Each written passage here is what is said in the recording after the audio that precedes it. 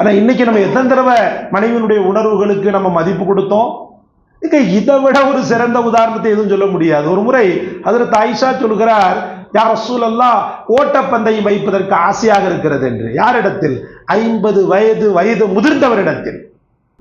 தண்ணீர் பஞ்சம் எப்படி கடுமையான வெயிலில் ஏற்படுகிறதோ அதே போல குடும்ப உறவுகளுக்கு மத்தியில் இருக்கக்கூடிய பாசத்தின் பஞ்சம் தலைவிரித்து ஆடக்கூடிய ஒரு காலகட்டத்தில் வாழ்ந்து கொண்டிருக்கிறோம். மொபைல் என்ற இப்லீஸ் எப்போது உழைத்ததோ அதிலிருந்து ஃபேஸ்புக்கில் தெரியக்கூடிய நண்பனிடத்தில் பேசக்கூடிய மணிக்கணக்கான பேச்சில் ஒரு கால் பகுதி கூட தன்னை பெற்றெடுத்த தந்தையிடத்திலேயோ தாயிடத்திலேயோ ஏன் இன்னும் முத்தி போய் யாரிடத்தில் சுகதுக்கங்களை பகிர்ந்து கொள்வானோ அந்த மனைவியிடத்தில் கூட பேச முடியாத ஒரு சூழலில் இந்த மொபைல் அனைவருடைய வாழ்க்கையிலும் நீக்கமர நிறைந்த ஒரு ராட்சசனாக மாறி இருக்கிறது. அல்லாஹ் பாதுகாக்க வேண்டும். ஒருவர் கொச்சையாகவே சொன்னார், ஒரு அறிஞர், வெளிப்படையாக நாம் சொல்வதாக இருந்தால் பொண்டாட்டியை தொடுவதை விட மொபைலை தொடுவதுதான் ஒரு மனிதனுக்கு அதிகமாக ஆகிவிட்டது இப்புள்ள காலகட்டம் அப்படின்ற மாதிரி சொன்னார். ஒய்ஃப் இல்லாம கூட இருந்துருவான், ஆனா ஒய்ஃபை இல்லாம இருக்க மாட்டான் அப்படின்றத சொன்னார். அந்த மாதா பிதா குரு தெய்வம்னு சொல்லிட்டு மாற்று மத நண்பர்கள் சொல்வார்கள். அது அந்த ட்ரெண்ட் அப்படி மாத்தி மாதா பிதா கூகுள் தெய்வம் அப்படின்ற அளவுக்கு இணையதளத்திலேயே இணைந்து கொண்டிருக்கக்கூடிய ஒவ்வொரு ஆணும் பெண்ணும் அல்லாஹ் பாதுகாக்க வேண்டும். தான் இணைந்தது பத்தாது என்று பிள்ளைகளையும் வழிகெடுக்கக்கூடிய ஒரு சூழ்நிலை இருந்து கொண்டிருக்கிறது. சின்ன சின்ன குழந்தைகளை டான்ஸ் ஆட சொல்வது, பாட்டு பாட சொல்வது, அதை ரீல்ஸாக எடுத்து போடுவது, அதில் எத்தனை லைக் வந்திருக்கிறது, எத்தனை சப்ஸ்கிரைப் வந்திருக்கிறது என்று பார்ப்பது, முத்தி போனால் அதிலிருந்து ஏதாவது வருமானம் வருதான்னு சொல்லி பார்ப்பது, அப்படி கொஞ்சம் கொஞ்சமாக மனித உறவுகளுக்குள் இழையோடக்கூடிய அந்த பாசத்திற்கும் பந்தத்திற்கும் விலை என்ன என்று கேட்கக்கூடிய அளவுக்கு காலங்கள் சென்று கொண்டிருக்கிறது. அல்லாஹ் நம் அனைவரையும் பாதுகாப்பானாக. இந்த குடும்ப உறவுகளில் ஏற்படக்கூடிய காதல், நேசம், பாசத்தை முஹம்மது ரசூலுல்லாஹி ஸல்லல்லாஹு அலைஹி வஸல்லம் ரொம்பவுமே அலாதியானதாக சொல்லியிருக்கிறார்கள், வாழ்ந்தும் இருக்கிறார்கள். இந்த பாசத்திற்கு அவர்கள் எடுத்துக்கொண்ட ஒரு பெரும் ஆயுதம் என்ன என்று பார்க்கும்போது, அந்த மனைவி மக்களுடைய உணர்வுகளுக்கு தக்கவாறு தன்னை மாற்றிக்கொள்வதை முஹம்மது ரசூலுல்லாஹ் கையில் எடுத்தார்கள். தான் ஒரு பெரிய சீர்திருத்தவாதி, தான் ஒரு முகம்மது புகழுக்குரிய ஒரு நபர், உலகத்தில் மார்க்கத்தை அல்லாஹு தஆலா போதிக்கக்கூடிய ஒரு ஆசானாக தன்னை உலகத்திற்கு அனுப்பியிருக்கிறான் அப்படின்ற அந்த பட்டயம் கிரீடம் எல்லாம் வீட்டுக்குள்ளே நுழைக்க மாட்டாங்க ரசூலுல்லாஹி ஸல்லல்லாஹு அலைஹி வஸல்லம். ஹஜ்ரத் ஆயிஷா நாயகி ஒற்றை வரியில் சொல்வார்கள், கானன் நபி ஸல்லல்லாஹு அலைஹி வஸல்லம் யஸ்னஉ ஃபீ பைத்திஹி. ரசூலுல்லாஹி ஸல்லல்லாஹு அலைஹி வஸல்லம் அவர்கள் வீட்டுக்குள்ள வந்தாங்கன்னு சொன்னா வேலைகளை ஃபுல்லா அவங்களும் செய்வாங்கன்ற மாதிரி சொல்றாங்க ஹஜ்ரத் ஆயிஷா. என்ன வேலைகள் செய்வாங்க அப்படின்னு சொல்லிட்டு ஆர்வமா கேட்கிறாரு ஒரு சஹாபி. சொன்னாங்க ஹஜ்ரத் ஆயிஷா, தன்னுடைய செருப்பின் வாறு அருந்து விட்டால் தானே தைத்துக் கொள்வார்கள், பொண்டாட்டியை தேட மாட்டாங்க. அதே போல சில பல நேரங்களில் சமையல் வேலைகளில் எங்களுக்கு ஒத்துழைப்பை நல்குவார்கள். இன்னைக்கு காஃபி போட்டுட்டா அவருடைய பிரஸ்டிஜ் கீழே இறங்கிரும் அப்படின்னு சொல்லிட்டு என்ன செய்யறாரு, ஒவ்வொரு ஆண்மகனும் நினைக்கக்கூடிய அளவுக்கு இருந்து கொண்டிருக்கிறது. ஆனால் சமையலறையில் முஹம்மது ரசூலுல்லாஹ் கிச்சன் வேலைகள்ல கொஞ்சம் எங்களுக்காக கொஞ்சம் ஹெல்ப் பண்ணுவாங்க. அந்த காலத்துல ரொம்ப கஷ்டம். இப்போ நீங்க லேச சுட்டுட்டீங்கன்னா போதும், கேஸ் எரிய ஆரம்பிச்சிடும். ஆனா அப்ப அப்படி இல்லை. ஒரு விறகு எடுக்கணும், அந்த விறகை பத்தணும், அந்த விறகை இன்னும் கொஞ்சம் எரிக்கிறதுக்கு ஊதணும், இப்படி பலதரப்பட்ட வேலைகள் இருக்கின்றது. அப்ப முஹம்மது ரசூலுல்லாஹ் மனைவி மக்கள் படக்கூடிய அந்த கஷ்டங்களில் பங்கெடுத்துக் கொள்வார்கள். முஹம்மது ரசூலுல்லாஹ்வுடைய காதல் வாழ்க்கையில் வெற்றி பெற ஒரு காரணியாக அமைந்தது முஹம்மது ரசூலுல்லாஹ்வுடைய தத்துவங்கள் அல்ல, தனித்தன்மை மிக்க ரசூலுடைய இந்த செயல்பாடும் இந்த அணுகுமுறையும் தான் காரணம் என்று உலமாக்கள் சொல்கிறார்கள். அன்பிற்குரிய அல்லாஹ்வின் பெருமக்களே, சஹாபாக்களுக்கு அப்படியே பாஸ் பண்ணாங்க. உங்களுடைய மனைவி மக்களுக்கு நீங்க செய்யக்கூடிய ஹித்மத், அதே போல உங்களுடைய கணவன்மார்களுக்கு நீங்கள் செய்யக்கூடிய ஹித்மத் ஒரு பெரும் வெற்றியை தரும், வாழ்க்கையில ஒரு பெரிய அளவுக்கு இன்பத்தையும் நிம்மதியும் தரும்ன்றத போதனை பண்ணிக்கொண்டே இருந்தாங்க முஹம்மது ரசூலுல்லாஹ். அல்லாஹ்வும் தன் பங்குக்கு குர்ஆனில் சொல்வான், வலா தன்சவுல் ஃபضல பைனக்கும் இன்னல்லாஹ பிமா தஅமலூன பஸீர். உங்களுக்குள் ஒரு ஒத்தாசை செய்து கொள்வதில் நீங்க மறதி, உங்களுக்குள் ஒருவருக்கொருவர் ஒத்தாசை செய்து கொள்வதை நீங்கள் மறக்க வேண்டாம். ஏன்னா நீங்க மறந்தீங்கன்னு சொன்னா அது வாழ்க்கையில ஒரு பெரிய பின்னடைவை ஏற்படுத்திடும். இன்னல்லாஹ பிமா தஅமலூன பஸீர். நீங்க என்னென்ன பண்றீங்கன்றத அல்லாஹ் தஆலா உற்று நோக்குபவனாக இருக்கிறான் அப்படின்றத வசனத்தில் சாதாரண மோமீன்கள் சகோதர சகோதரிகள் அந்த ஒத்தாசையும் தாண்டி குடும்ப உறவில் கணவன் மனைவி இருவரும் ஒத்தாசையோடு வாழ வேண்டும் என்பதை இந்த இடத்தில் ஒரு திருக்குர்ஆன் கோடிட்டு காட்டுகிறது. இன்னொன்றில் அல்லாஹ் ரப்பல் ஆலமீன் இவ்வளவு உச்சமாக சொல்வான், ஹுன்ன லிபாசுல் லக்கும் வ அன்தும் லிபாசுல் லஹுன். நீங்கள் அவர்களுக்கு ஆடையை போலவும் அவர்கள் உங்களுக்கு ஆடையை போலவும் தாம்பத்தியத்தில் நீங்கள் வாழ வேண்டும் என்று அல்லாஹ் சொல்வான். ஒரு ஆடை விஷயத்தில் ஒரு மூமின் எப்படி மெனக்கெடுகிறான்.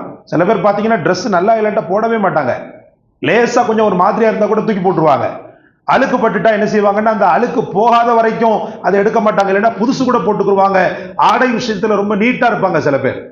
அப்ப அந்த ஆடையை ஒரு மனிதனின் மாண்பையும் மரியாதையும் உயர்த்தக்கூடிய ஒரு வஸ்துவை அல்லாஹ் தாம்பத்திய வாழ்க்கைக்கு உதாரணமாக சொல்லி இருக்கும் போது நீங்கள் புரிய வேண்டும் அந்த வாழ்க்கை எவ்வளவு முக்கியமானது. அதை புரிந்து வாழக்கூடிய அந்த பரிபக்குவம் என்பது ஒரு மூமினுக்கு எவ்வளவு பெரிய முக்கியத்துவமானது என்பதை நீங்கள் புரிந்து கொள்ள முடியும் சகோதரர்களே. அன்பிற்குரியவர்களே, அஸ்மா பின்த் அபீ பக்கர் ரலியல்லாஹு, ஜுபைர் இப்னு அவ்வாம் ரலியல்லாஹு அவர்களை மனம் முடித்திருந்தாங்க.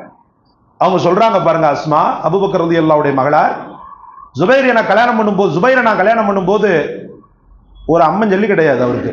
ஒரே ஒரு குதிரையை வச்சிருந்தாரு, அப்புறம் ஏதோ ஒரு பை மாதிரி வச்சிருந்தாரு, அவ்வளவுதான். இந்த ரெண்டோட தான் என்ன கல்யாணம் பண்ணார்.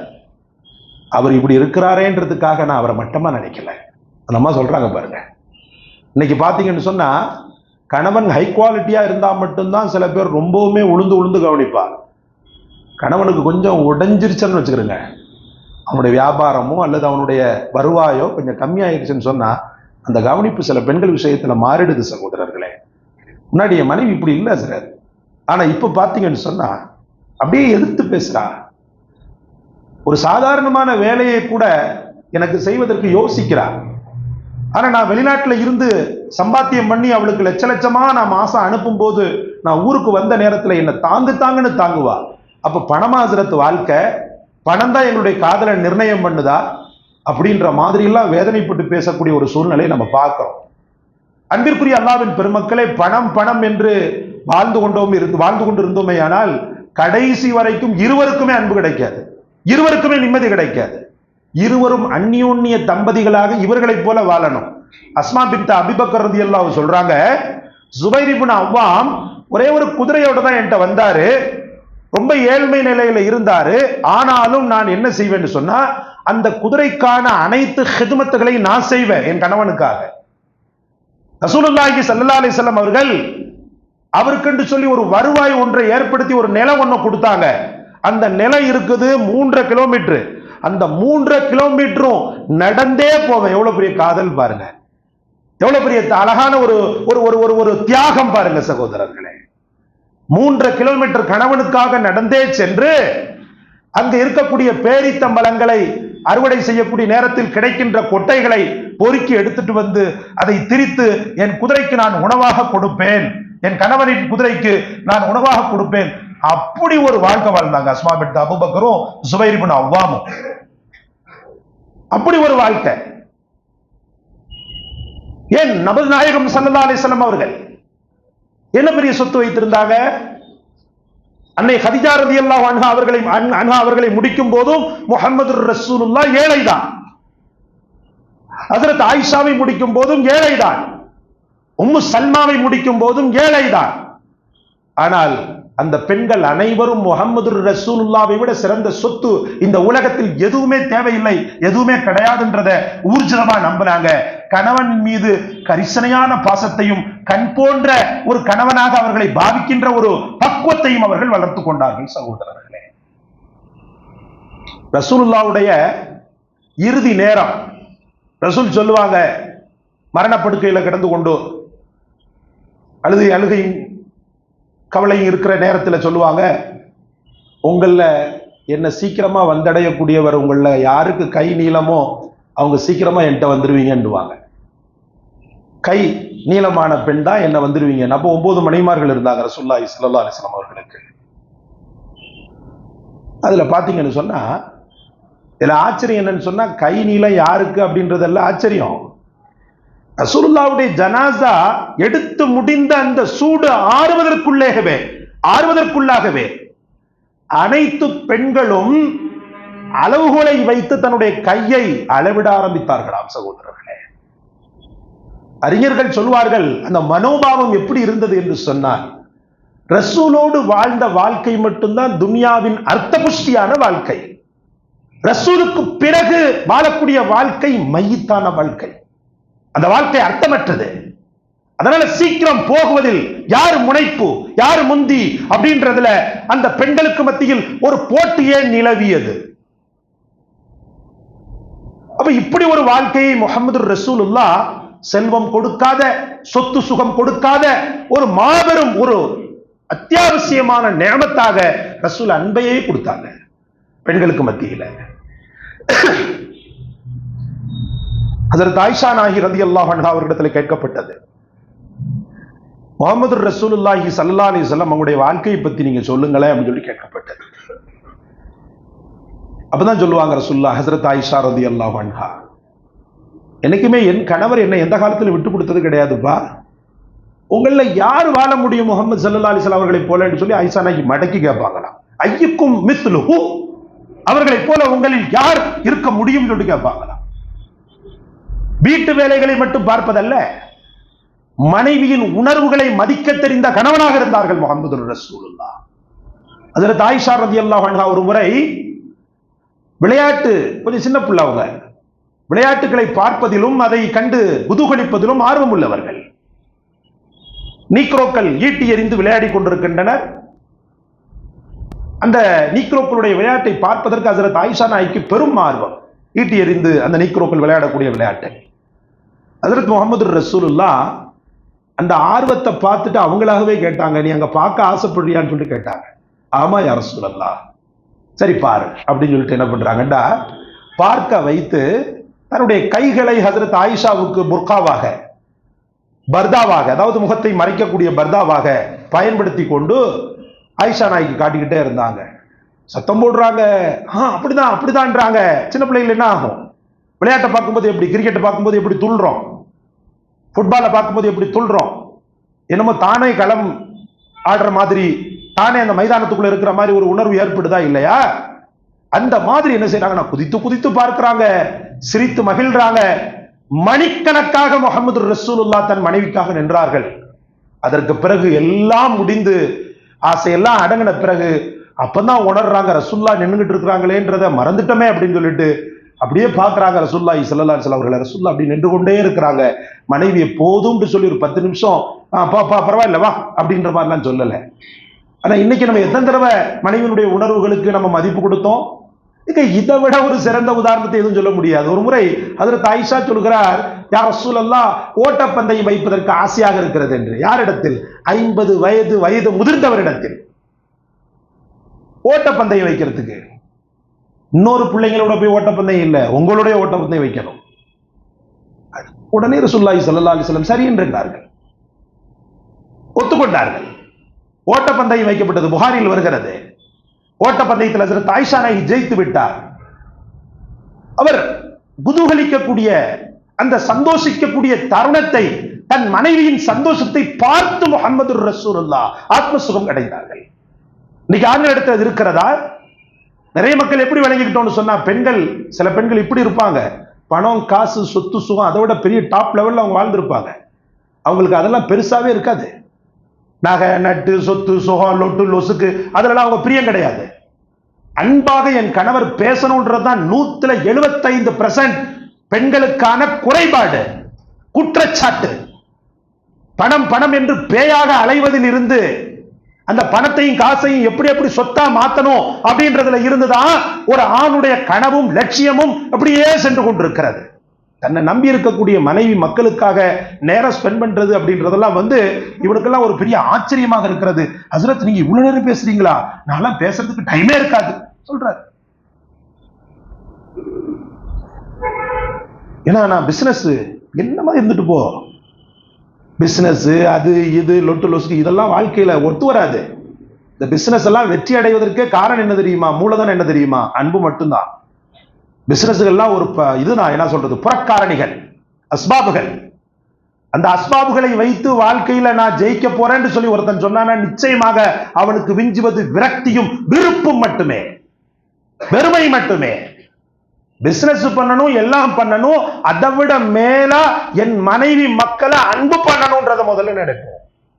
அது ரசூலுல்லாஹி ஸல்லல்லாஹு அலைஹி வஸல்லம் உடைய பாணி, ரசூலுல்லாஹி ஸல்லல்லாஹு அலைஹி வஸல்லம் அவர்கள் காட்டிய சூட்சுமம்.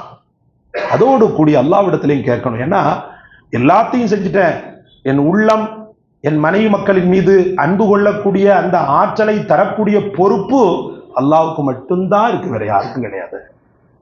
நான் என்னதான் முயற்சி பண்ணாலும் அன்பை நான் பெருசா பிராக்டிஸ் பண்ணி வரவழைக்க முடியாது.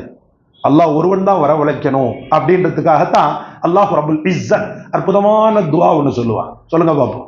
ரப்பனா ஹப்லனா மின் அஸ்வாஜினா வ துர்ரியாத்தினா குர்ரத அயுனி வஜஅல்னா லில் முத்தகீன இமாமா. என்ன அழகான வார்த்தை. ரப்பனா, எங்கள் ரப்பே, ஹப்லனா மின் அஸ்வாஜினா வ துர்ரியாத்தினா, எங்கள் மனைவி மக்களிடமிருந்து எங்களுக்கு நீ அன்பளிப்பாகத்தா, குர்ரத அயுன், கண் குளிர்ச்சியத்தா. எப்பவுமே எங்க குடும்பம் சந்தோஷத்துக்கு மாற்றமா இருக்கவே கூடாது, எப்பவும் கல கல கல கல கலண்டு இருந்து கொண்டே இருக்கணும். அப்படி ஒரு சூழலை எங்களுக்கு ஏற்படுத்தி கொடு. வஜஅல்னா லில் முத்தகீன இமாமா, எங்களை எல்லாம் நீ பயபக்தியாளர்களுக்கே இமாம்களாக ஆக்க. எவ்வளவு பெரிய தாயன்பு மிக்கவன், தாராள குணம் உள்ளவன், விசாலமான அறிவுள்ளவன், அவன் சொல்லித் தரக்கூடிய அற்புதமான துஆ. வஜஅல்னா லில் முத்தகீன இமாமா, முத்தகீனாக ஆக்கு அப்படின்னு சொல்லல, முத்தகீன்களுக்கே வழிகாட்டியாக எங்களையும் எங்கள் மனைவி மக்களையும் நீ ஆக்குன்னு சொல்லி நீ துஆ கேளுண்டு அல்லாஹ் சொல்லக்கூடிய இந்த வார்த்தையிலேயே குடும்ப உறவின் அத்தியாவசியத்தையும் அவசியத்தையும் உங்களால் உணர முடியும் சகோதரர்களே. அதனால் பஞ்சமாகி போய் கிடக்கின்ற குடும்ப உறவை மீட்டுங்கள், பஞ்சமாகி போய் கிடக்கின்ற குடும்ப அன்பை மீட்டுங்கள். இந்த மொபைல் என்ற இப்லீஸிற்கு ஓய்வு கொடுங்கள். குறிப்பிட்ட நேரத்தில் மட்டும் அதை பயன்படுத்துவதை நீங்கள் பழக்கமாக்கி வாழ்க்கையில் அதிகமாக உரையாடக்கூடிய ஒரு உறவுகளாக உங்களுடைய மனைவி மக்களை ஆக்குங்கள். அல்லாஹ் நம் அனைவருக்கும் தௌஃபீக் செய்வானாக.